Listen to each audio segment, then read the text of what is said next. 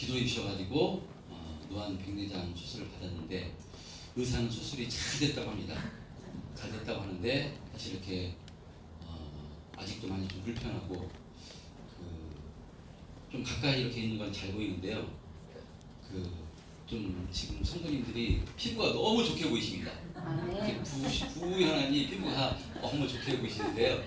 아직까지 이렇게 회복이 안 된 건지 참 이렇게 수술하면서 느꼈던 것은 하나님이 참 위대하시구나. 하나님 만드신 것을 따라올 수 없는 것이구나.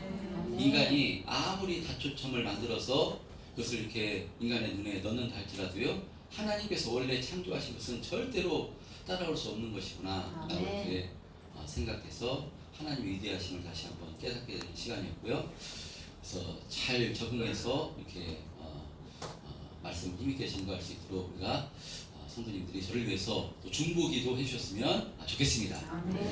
우리가 중보기도의 힘은 능력이 있는 줄 믿습니다.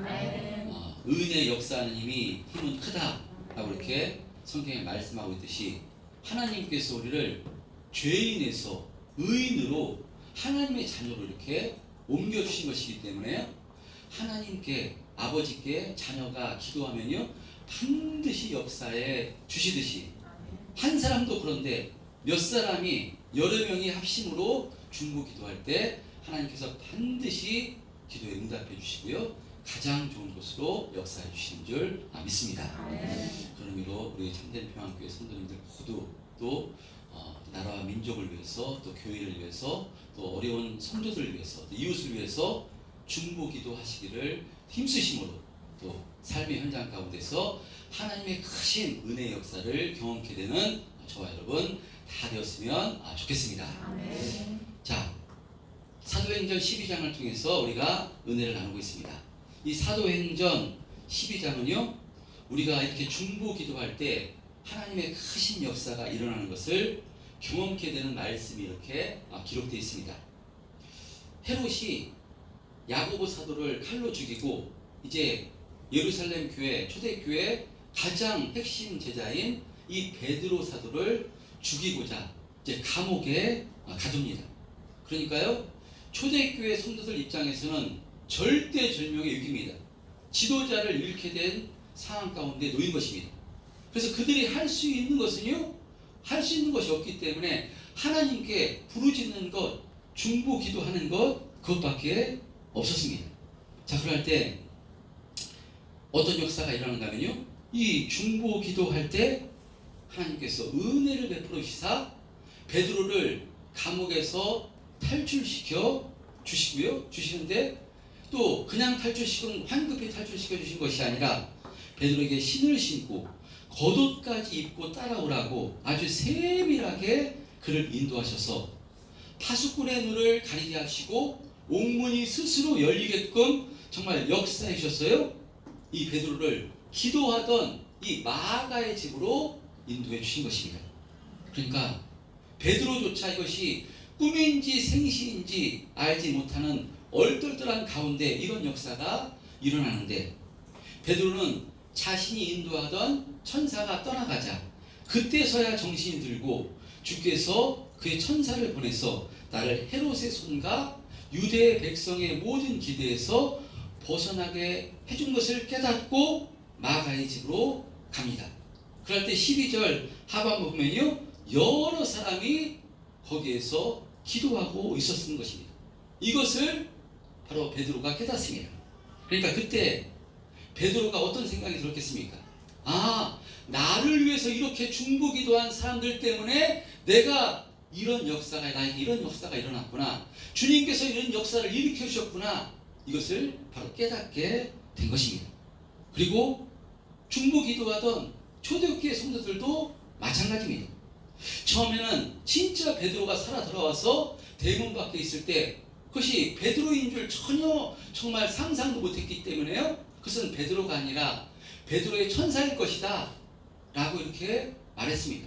그러나 진짜 베드로가 살아서 돌아온 것을 보고요 이 초대교회 성도들도 우리가 중보 기도하면 우리가 생각했던 이상으로 우리가 기도했던 것 이상으로 하나님께서 역사해 주신 것이구나 이것을 바로 깨닫게 된 것입니다. 이와 같이 베드로도 초대교회 성도들도 중보 기도할 때 이와 같은 복된 역사가 일어나게 된 것을 깨닫게 된 것입니다. 여러분, 이렇게 기도하면요 기적이 일어나고, 기도하면 묶인 것이 풀리는 역사를 경험하게 되는 것인데, 그런데 무엇을 통해서 이것을 깨닫게 되는 것인가 하면요, 환난과 핍박을 통해서 이런 역사가 일어난다는 것입니다. 환난 당할 때, 고난 당할 때, 어려움이 있을 때 중보 기도하면 이렇게 하나님께서 역사하사 이런 은혜를 베풀어 주시는 것입니다. 그런 의미로 이것을 우리의 신앙과 삶에 적용한다면, 우리가 이 땅을 살아갈 때 때로 어려움을 당하고 환난을 당하고 고통을 당하고 핍박당하는 것, 이것이 좌절이 아니고요 실패가 아니라는 것입니다. 그리스도 예수 안에서는 모든 것을 협력해서 선을 이루어주시는 분이 하나님이신 것이니까, 우리가 핍박당하고 고난당하고 어려움이 있고 이러한 것을 있을 때 하나님께서는 우리에게 바로 이 중보 기도의 능력을 체험케 해주시기 위해서 이런 길로 우리를 허락해 주심을 믿음으로 받아 우리도요 초대교회 성도들처럼 모든 것을 가지고 하나님께 기도할 때 우리에게도 이와 같은 하나님의 역사하심을 체험케 된다는 것입니다. 그러므로 예수 믿는 우리들에게 일어나는 환난과 고난도 핍박도 믿음으로 받으면 전부 다 은혜로 받을 수가 있는 것입니다. 왜 하나님께서 예수님을 희생하면서까지 예수님의 피값으로 우리를 하나님 자녀 삼아 주셨는데 우리에게 왜 어려움과 고난과 핍박을 허락하시느냐 이것입니다. 하나님께서 허락하시지 않으시면요 우리에게 절대로 어떤 고난도 어려움도 일어날 수가 없습니다. 하나님이 막으시면요 절대로 이게 어려움이 있을 수 없는 것입니다. 아무리 악한 마귀가 권세가 있다 할지라도요 하나님께서 막으시는데, 하나님께서 허락하지 않으신데 어떻게 우리를 건들고 우리에게 고난을 줄 수가 있겠습니까? 그러니까요 우리에게 어려움이 생기고 환난이 생기고 고난이 생기는 것, 이것은요 전부 다 하나님께서 허락하셨기 때문에 일어나는 것인데, 이 환난을 통해서 어려움을 통해서 무엇을 주시고자 하는 것인가 하면요 중보기도 할 때, 너가 나를 의지해서 기도할 때 하나님의 은혜를 경험케 해주시겠다는 것입니다. 그리고 더 하나님을 의지하는 자로, 하나님을 더 의지해서 성숙케 하는 믿음으로 세워주시기 위해서 우리에게 성경은 어려움과 고난이 우리에게 있다고 말씀합니다. 그래서 야고보서 1장 2절서부터 4절에는요 야고보 사도가 이렇게 말씀하는데요, 우리 한번 야고보서 1장 2절로 4절을 한번 합독해 보겠습니다. 시작.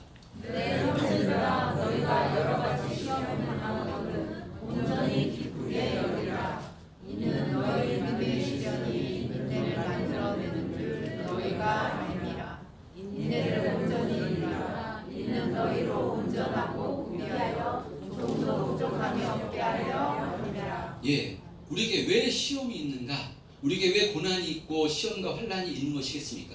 우리를 힘들게 하기 위해서, 어렵게 하기 위해서 하나님께서 그것을 허락하시는 것인가? 그렇지 않습니다. 시험과 시련을 통해서 우리를 인내하게 하고 그 인내를 온전히 이루고 구비하게 하여 조금도 부족함이 없이 만들어 주시기 위해서 우리에게 시련을 허락해 주시는 것이라고 말씀합니다. 여러분, 그런 의미로 지금 헤롯에 의해서 야고보 사도가 칼로 죽임을 당하고 베드로가 감옥에 갇혀 꼼짝없이 죽임을 당한 상황에 놓이게 된 이 상황과 환경도요 믿음의 눈으로 보면 이것이 좌절이고 낙심할 문제만은 아니라는 것입니다. 이런 환난과 고난을 통해서 이 초대교회 성도들과 베드로에게 중보 기도의 위력을 경험케 해주심으로 이들이 더 하나님을 의지케 해주신 것이고, 또 베드로에게도 역사에서요 베드로의 믿음을 더 성숙해 해주신 것입니다. 저는 말씀을 준비하면서 이 베드로의 믿음을 더 성장시키고 성숙해 해주신 그 말씀, 오늘 본문의 말씀 17절에서 말씀을 이렇게 은혜를 받았습니다. 오늘 본문 17절 말씀, 베드로가 다른 곳으로 갔다고 말씀하는데요. 우리 17절 한번 합독해 보겠습니다. 베드로 시작. 베드로가 그에게 손짓하여 조용하냐고 주께서 자기를 불러 목에서 나오게 하던 일을 말하고 또 야고보와 형제들에게 이 말을 전하라고 떠나 다른 곳으로 가나. 예, 베드로는 지금 감옥에서 바로 그 어디 하나 해를 당하지 않고 빠져나와 자신들 앞에 서 있는 이 초대교회 성도들에게 그들을 조용히 진정히 시키고요. 자신이 이렇게 감옥에서 탈출하게 된 것은 주께서 주의 천사를 통해서 어떻게 요새 같은 감옥에서 빠져나가게 되는가를 소상하게 말하고요. 그 자리에 있던 예수님의 육신의 동생 야고보와 형제들에게 바로 다른 성도들에게도 이 말을 전하라고 하고요. 그는 떠나 다른 곳으로 갔다고 말씀합니다. 베드로가 지금 다른 곳으로 갔습니다. 자, 그런데 지금 이 상황이 어떤 상황이겠습니까? 베드로의 입장에서 보면 지금 어떤 상황인가면요, 지금 부흥회를 해야 될 상황입니다. 많은 성도들을 불러놓고요, 주의 천사가 성령님께서 하나님께서 내가 감옥에 갇혀 죽게 될 상황에 놓였는데 지금 쇠사슬이 묶여 있었는데 양손에 묶여 있는데 그것을 저절로 풀리게 해주시고 파수꾼의 눈을 가리게 해주시고 옥문이 스스로 열리게 해주셔서 나를 이렇게 탈옥시켜 주셨다. 하나님은 이렇게 전능하신 분이시다. 성령께서 역사하시면 못하실 것이 없다. 그러니 모든 것이 주님의 역사인 것이니까 예수를 믿어라. 예수님 믿으면 이와 같은 역사가 일어난다. 바로 복음을 전할 수 있는 아주 좋은 기회입니다. 그러할 때 정말 이 복음의 역사가 베드로의 설교를 통해서요, 간증을 통해서 역사가 일어나고 또 베드로가 이것을 통해서 야, 베드로 사도 이렇게 성령께서 높여주시는 것이구나, 지켜주시는 것이구나. 베드로가 높임을 받을 수 있는 상황이고요, 그런 자기가 높아질 수 있는 상황입니다. 그런데 베드로가 그렇게 하지 않고 떠나 다른 곳으로 갔다고 말씀합니다. 여러분, 지금도요 어떤 영적인 체험을 하고요, 천국을 갔다 오고 지옥을 갔다 오고 어떤 정말 그 체험을 병고침을 받고 이런 분들이요, 암에서 고침을 받고 이런 분들이 무엇하는가 하면 간증 집회를 하고 그렇습니다. 물론 이것이 옳지 않다, 잘못된 것이다, 그런 말씀을 드리는 것이 아니라요, 그렇게 간증 집회를 하고요, 하나님께서 나를 고쳐주셨다, 이렇게 지금 그렇게 하는데 베드로는 어떻게 되느냐, 그곳을 떠나 다른 곳으로 갔다라고 말씀합니다. 다른 곳 어디인가 사도행전 가운데는 성경에는 말씀하고 있지 않습니다. 어디로 갔는지 베드로가.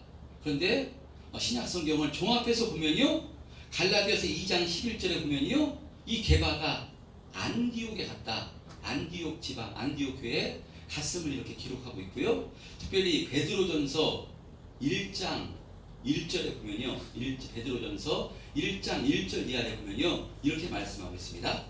예수 그리스도의 사도 베드로는 본도, 갈라디아, 갑바도기아, 아시아와 비누아에 흩어진 나그네에게 이렇게 편지하는 내용이 베드로 전서입니다. 그러니까 베드로가요, 이런 이방 땅 아시아 지방에 갔음을 이렇게 짐작할 수 있는 내용입니다. 자, 그러니까 지금 베드로가 이렇게 다른 곳으로 간 것, 이것은 무엇을 말씀하는가 하면요, 베드로가 변화되었음을 말씀하고 있는 내용입니다. 우리가 사도행전을 통해서 계속해서 살펴본 것처럼 이 스데반 집사의 죽음, 순교를 기점으로 예루살렘 교회에 큰 박해가 일어났습니다. 그래서 예수 믿던 성도들이요, 예루살렘을 떠나서 곳곳으로 살기 위해서 흩어졌습니다. 사마리아부터 시작해서 곳곳으로 흩어져 가지고요, 그래서 그때 흩어져서 가면서 복음을 전했는데요, 사도들은 예루살렘 교회를 떠나지 않았습니다. 사도들은 예루살렘을 떠나지 않고 예루살렘 교회를 지키고 있었습니다. 어찌 보면 야, 사도는 틀리구나, 역시 저런 환난과 고통이 있다 할지라도 교회를 지키기 위해서 목숨을 걸고 교회를 지키고 있구나 라고 칭찬받아야 할 내용입니다. 여러분, 그런데요, 하나님께서는 성령 받은 사도들을 비롯해서 제자들에게 사명을 허락해 주셨습니다.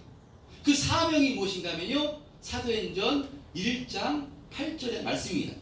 오직 성령이 너에게 임하시면 너희가 권능을 받고 온 유대와 사마리아와 땅끝까지 이르러 내 증인이 되라고 이렇게 사명을 허락해 주신 것입니다.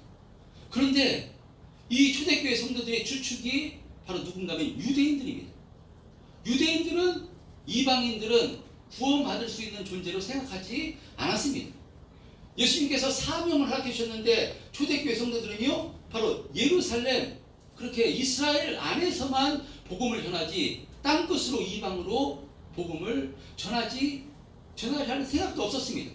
그러니까요, 하나님의 사명이 있는데 사명을 감당하지 않고 있으니까 바로 스데반 집사님의 순교를 통해서 이 성도들을, 그 초대교회를 핍박해 함으로써 성도들이 살교에서 흩어지게 만들어서 하나님의 주님께서 주시는 사명을 지금 이루고 있는 것입니다. 그런 가운데 베드로 사도들은요, 그럼에도 불구하고 떠나질 않았습니다. 그럼에도 불구하고 교회를 지키겠다. 성도들은 다 흩어졌는데 사도들은 떠나지 않고요, 거기서 본교회를 지키고 있는 것입니다. 여러분, 이것은 무엇이겠습니까? 베드로는 그러면서도 이것이 잘못된 것이다, 이것이 하나님의 뜻이 아닐 것이다, 전혀 생각하지 못하고 있었던 것입니다. 왜냐? 어떤 순교가 어려움이 있다 할지라도 나는 교회를 지키겠다, 이런 마음을 가지고 있었기 때문에요, 바로 그것이 잘못됐다 생각하고 있지 않았습니다. 이것은 무엇이 때문인가 하면요, 주님의 말씀보다, 주님의 사명보다 바로 자신의 생각, 유대주의, 바로 선민 사상이 그 기초가 우선되었기 때문입니다. 물론 베드로가 그 어떤 박해가 있다 할지라도 나는 예루살렘 교회를 지키겠다, 본교회를 지키겠다, 이 진심은요 정말 진심입니다. 하나님께서 그 진심을 알고 계십니다. 그러나 자신의 진심보다 주님의 뜻이 더 우선인 것인데 베드로는 거기까지는 생각하지 못하고 있었던 것입니다. 그런데 이 야고보 사도가 헤롯에게 죽임을 당하고 베드로가 꼼짝없이 이제 죽임을 당할 상황 가운데 주의 성령께서 이 신비한 방법으로 베드로, 이 갇혀있던 육신의 감옥에서 베드로를 이렇게 풀려나게 해주시는 그 과정을 통해서요, 베드로의 영적인 감옥, 바로 유대주의, 선민주의 사상이라는 그 감옥에서 바로 풀려나게, 깨닫고 풀려나게 하는 은혜를 베풀어 주심으로요, 베드로가 성령을 통해서 이것을 깨닫고요, 곧바로 어떻게 되는가 하면요, 부흥회를 여는 것이 아니라 주님의 뜻에 순종해서 바로 땅끝, 바로 이방 땅으로 가게 되는 역사가 일어나고 있는 것입니다. 여러분, 그러니까요, 베드로가 다른 곳으로 갔더라, 다른 곳으로 갔다, 이것은요 베드로가 변화되었음을 보여주는 내용입니다. 베드로는 주님이 기뻐하신 듯이 친정 무엇인가를 알았어요. 자신이 옳다고 생각하던 그 유대주의 선민 사상의 틀을 깨트리고 다른 곳으로, 이방 땅으로 바로 옮겨간 것입니다. 베드로가 이렇게 변화가 된 것입니다. 누가 하신 역사겠습니까? 베드로는 꿈에도, 죽었다 깨어나도 베드로는 변할 수가 없는데 성령께서 이와 같은 역사를 허락해 주심으로 베드로가, 바로 베드로의 신앙이 성숙해 된 것이고요, 주님의 말씀에 순종하는 그런 믿음으로 세워지게 된 것입니다. 누가 하신 역사인가 하면요, 성령께서, 하나님께서 하신 역사입니다. 그러니까 이것은요, 고난과 환난이라는 환경을 통해서 역사해 주신 것입니다. 헤롯이 베드로를 잡아 죽이고자 감옥에 가들고 군사들을 시켜서 쇠사슬까지 묶여서 감시하게 한 것, 환경만으로 보면 절망입니다. 죽게 되었으니까요, 환경만으로 보면 절망입니다. 꼼짝없이 죽게 될 상황입니다. 그러나 주님께서는 그런 상황 가운데 초대교회 성도들로 통해서 기도하게끔 하심으로 바로 중보 기도할 때 반드시 은혜를 주시고 응답해 주심을 가르쳐 주시고 깨닫게 해주시고, 또 베드로를 통해서는요, 베드로에게 중보 기도를 하면 바로 응답받음을 깨닫게 해주시는 동시에 베드로의 신앙을 성숙해 주신 것입니다.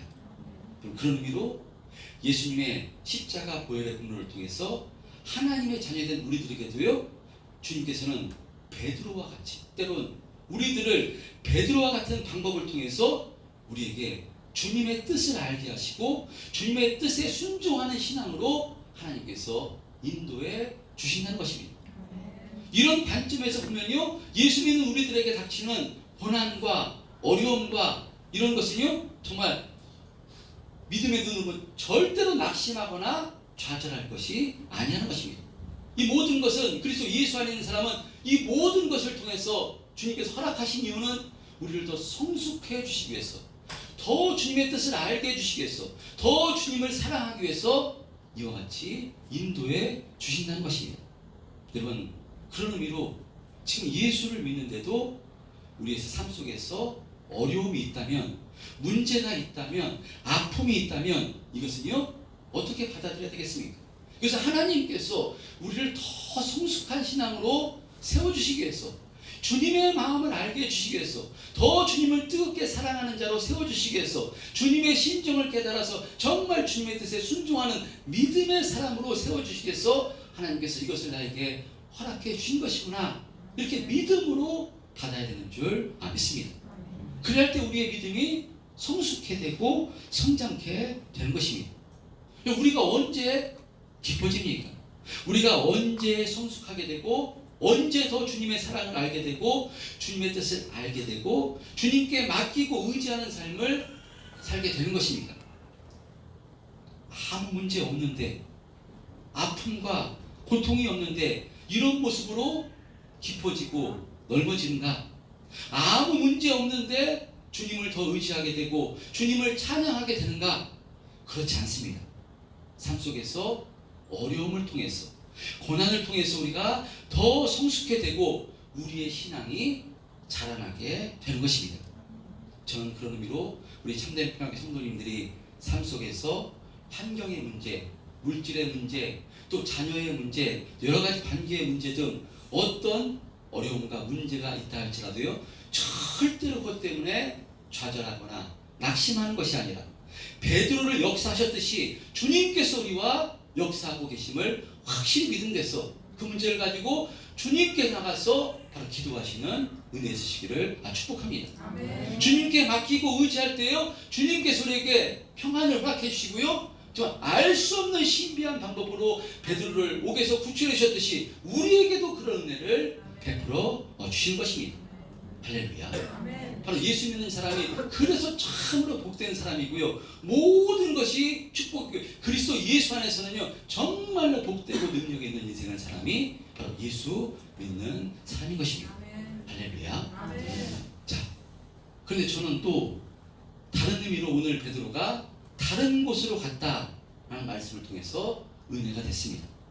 사실 베드로 여러분 어떤 사람입니까? 수제자입니다. 예수님이 가장 아끼는 수제자. 물론 베드로가 예수님을 3번 부인했습니다.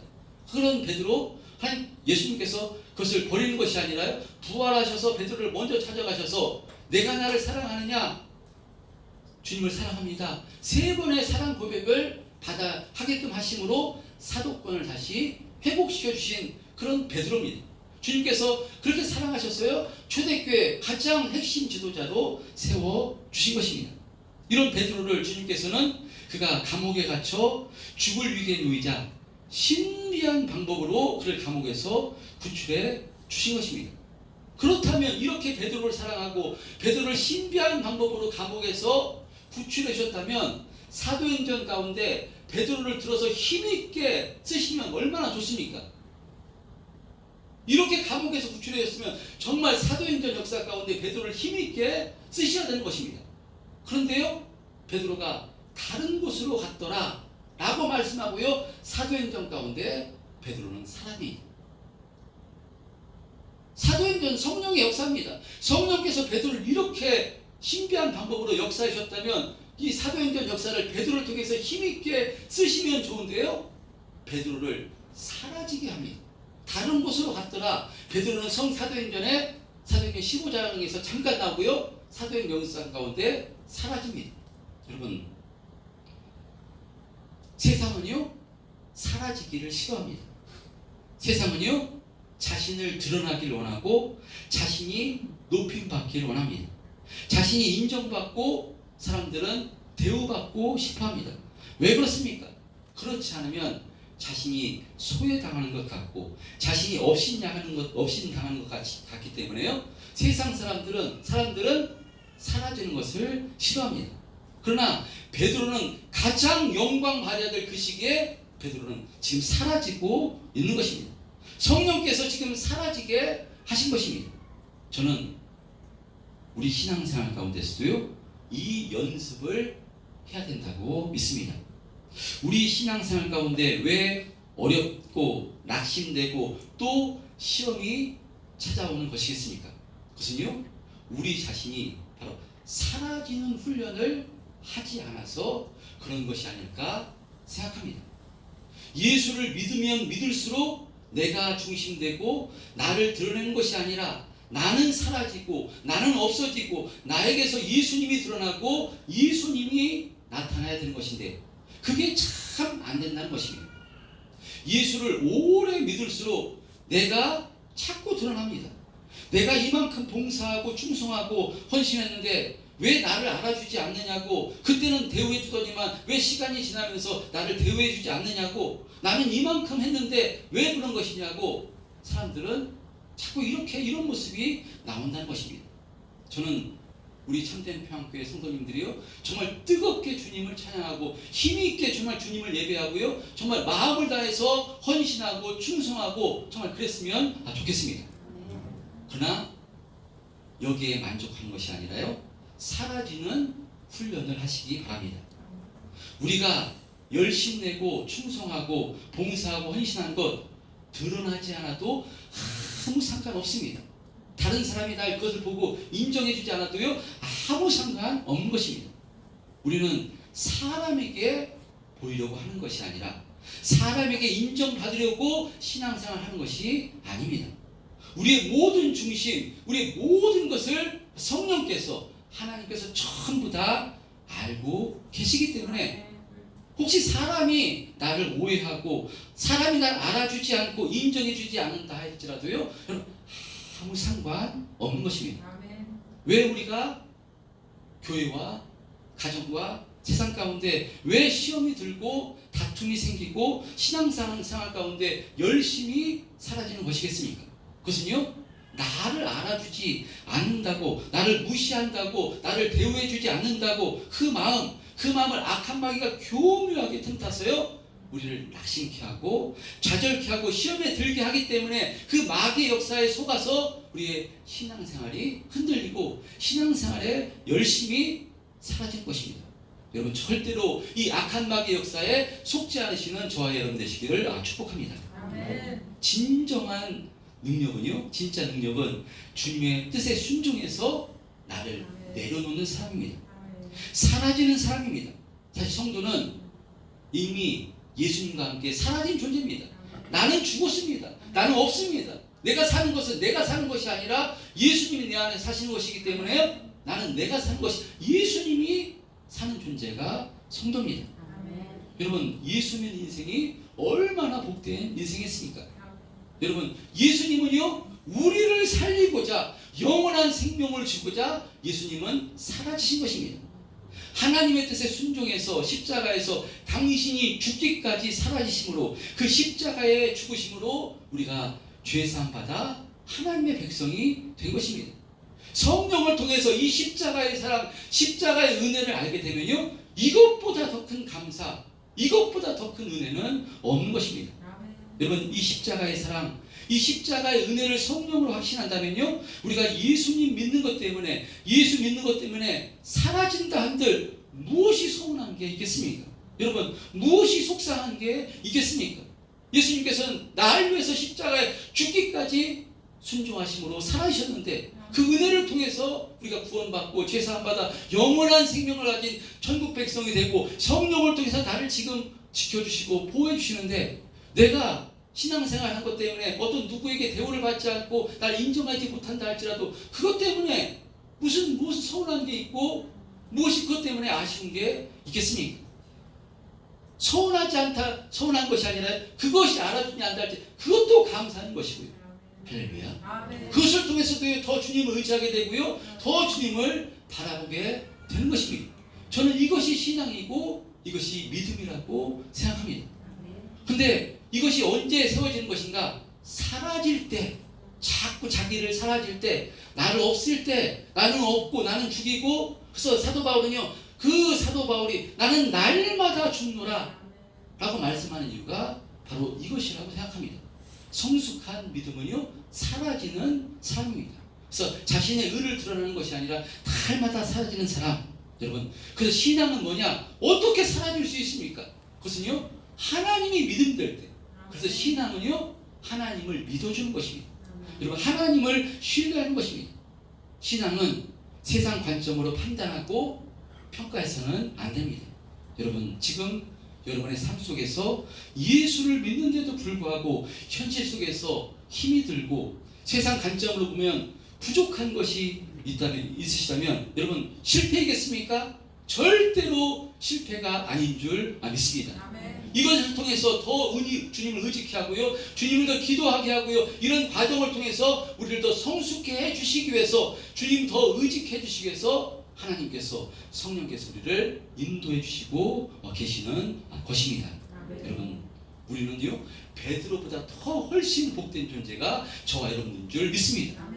베드로는 성령께서 역사하셨지만요, 우리는요, 그 역사에선 성령이 이제 우리 가운데 오셔서 우리를 영원토록 떠나지 아니하시고 우리를 지켜 보호해 주시겠다고 약속을 하신 것이니까요. 이 약속의 말씀을 믿는 사람은요, 환난과 고난과 어려움이 있다 할지라도, 문제가 있다 할지라도 삶 속에서 절대로 좌절하고 낭망이 아니라 그것을 통해서 더 주님 의지하고 기도하면서 주님 붙들 때 주님께서 반드시 화가 변화해서 복으로 바꿔주시고요, 평안케 역사해 주시고요, 우리에게 가장 좋은 곳으로 역사해 주시고, 그리고 우리의 신앙을 성숙해 해 주시고 성화시켜 주시는 줄 믿습니다.